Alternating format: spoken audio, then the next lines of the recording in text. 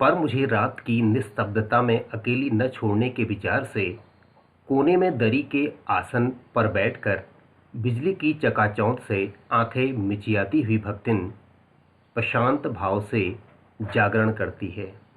जब सारे जानवर, सारे पशु जब सो जाते हैं, उसके बाद भी जो भक्तिन है वो रात की निस्तब्धता माने चुप्पी, एकांत, शांत समय में लेखिका को अकेली न छोड़ने के विचार से कोने में दरी के आसन पर बैठकर बिजली की चकाचौंध से बीच बीच में जब रात में बहुत अंधेरा हो जाता है तो ऐसे में बल्ब भी आँखों को चुभने लगता है, तो बिजली की चकाचौंध से बीच बीच में आँखों को बंद करती, कभी खोलती, क्योंकि आँखें मिचियाना, चकाचौंध से जब हम आँखें खुलते हुए बंद करते हैं तो उसको मिचमिचाना कहते हैं। तो भक्तिन प्रशांत भाव से, एकांत शांत भाव से जागरण करती है। वो जागती रहती है, सोती नहीं है, वह ऊँघती भी नहीं है, यहाँ तक कि क्योंकि मेरे सिर उठाते ही उसकी गोद धुंधली दृष्टि मेरी आँखों का अनुसरण करने लगती है।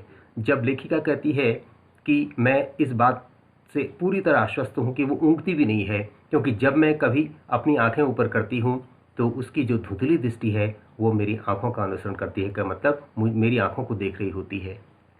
यदि मैं सिरहाने रखे रैक की ओर देखती हूँ तो वह उठकर आवश्यक पुस्तक का रंग पूछती है। यदि मैं कलम रख देती हूँ तो वह स्याही उठा लाती है, और यदि मैं कागज एक ओर सरका देती हूँ तो वह दूसरी फाइल टटोलती है, यानी कि वह किसी भी प्रकार से लेखिका को कष्ट नहीं होने देती। बहुत रात गए सोने पर भी मैं जल्दी ही उठती हूँ। लेखिका कहती है कि मेरी ये आदत है कि मैं प्रातःकाल कितनी ही देर से सोई हूँ लेकिन उठते समय से हूँ, और भक्तिन को तो मुझसे भी पहले जागना पड़ता है, और भक्तिन मुझसे पहले जाग जाती है, क्योंकि सोना उछल कूद के लिए बाहर जाने को आकुल रहती है। इससे पहले वाले अनुच्छेद में लेखिका ने इसीलिए इसका वर्णन किया था क्योंकि उनको अपने जानवरों के विषय में भी यहाँ पर बताना था। सोना जो कि हिरन है, वह हिरनी है, वह उछल कूद करने के लिए बाहर जाने को आकुल होती है, आतुर हो जाती है। वसंत जो कुत्ते का नाम है, वह नित्य कर्म के लिए दरवाज़ा खुलवाना चाहता है, उसे बाहर जाना होता है कुत्ते को भी। और गोधूली जो कि बिल्ली का नाम है, चिड़ियों की चहचहाहट में शिकार का आमंत्रण सुन लेती है। बाहर चिड़िया चहचहाने लगती है तो उसको अपने शिकार की तलाश में वो बाहर जाना चाहती है। इसलिए लेखिका को इन जानवरों का भी ध्यान रखना होता है, और यह काम लेखिका स्वयं न करके यह काम भक्तिन लेखिका की ओर से कर देती है, इसलिए वो लेखिका से पहले जाग जाती है।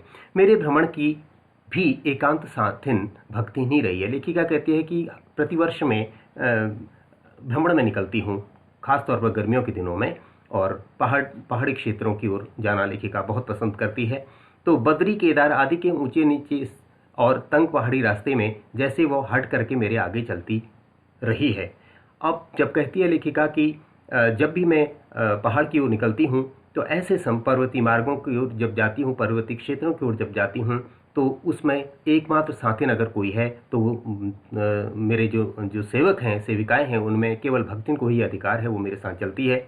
और जब मैं पहाड़ी तंग रास्तों पर चलती हूँ तो वो पहले जिद करती है कि मैं आगे चलूँगी।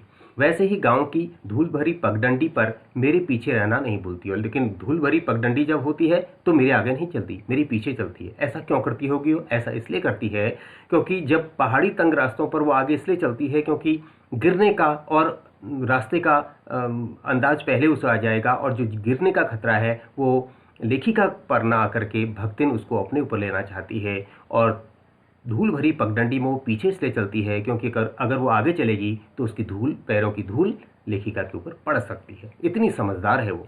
किसी भी समय कहीं भी जाने के लिए प्रस्तुत होते ही भक्तिन को छाया के समान साथ पाती हूँ। लेखिका कहती है कि मैं जहाँ भी जाती हूँ मुझे भक्तिन अपने साये की तरह, अपनी छाया की तरह साथ में दिखाई देती है। युद्ध को देश की सीमा में बढ़ते देख जब लोग आतंकित हो उठे, ये उस समय का वर्णन है जब देश में बाहरी आक्रमण हुआ, पाकिस्तान से युद्ध हुआ, या उस समय का चर्चा है, वैसे पाकिस्तान वाला ही चर्चा होगी ये। तो उस समय सन 65 की बात कह रही होगी लेखिका। तो उस समय जब युद्ध होने लगा तो तब भक्तिन के बेटी दामाद उसके नाती को लेकर बुलाने आ पहुंचे। उनको लगा कि गांव में सुरक्षा है और शहरों में हो सकता है बम इत्यादि गिरने का खतरा हो, तो वो बुलाने के लिए आ गए। उसके बेटी और दामाद उन्होंने, और छोटा बच्चा भी उनका, वो लेके आए। उन्होंने कहा चलो आप गांव चलो, पर बहुत समझाने बुझाने पर भी वो उनके साथ नहीं जा सकी, वो नहीं गई, उसने मना कर दिया। सबको वह देखाती बीच बीच में, जब भी कभी ऐसा मौका होता तो वो देखने के लिए चली जाती और रुपया पैसा भी भेज देती, पर उनके साथ रहने के लिए मेरा साथ छोड़ना आवश्यक है। लेखिका कहती है कि यदि वो उनके साथ वो रहती तो लेखिका का साथ छोड़ना पड़ता, जो संभवतः भक्तिन को जीवन के अंत तक स्वीकार न होगा, जिसको भक्तिन जीवन भर स्वीकार नहीं कर सकती, वो मरते दम तक लेखिका के साथ रहना पसंद करती है।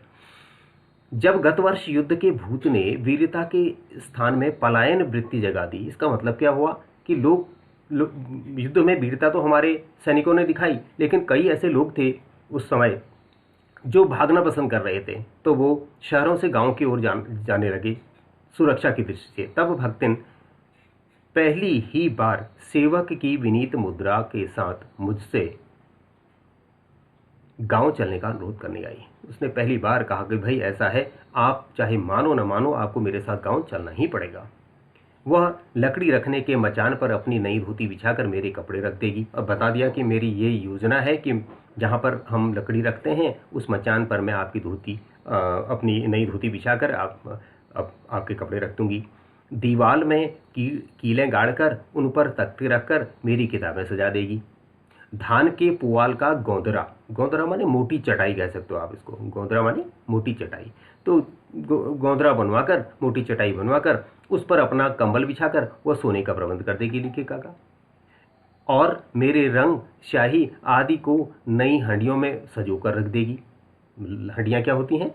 लकड़ी, वो या यह कह सकते हैं मिट्टी का बर्तन, उसको हंडिया कहा जाता है।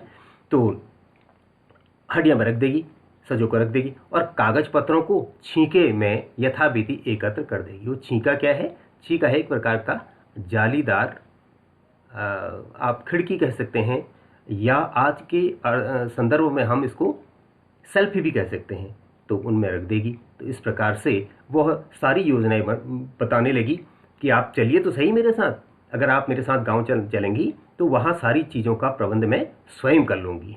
तो इस प्रकार से बड़े आश्वस्त भाव से वह लेखिका को गांव चलने के लिए मनाने लगी। इससे आगे का वर्णन अगले वीडियो में।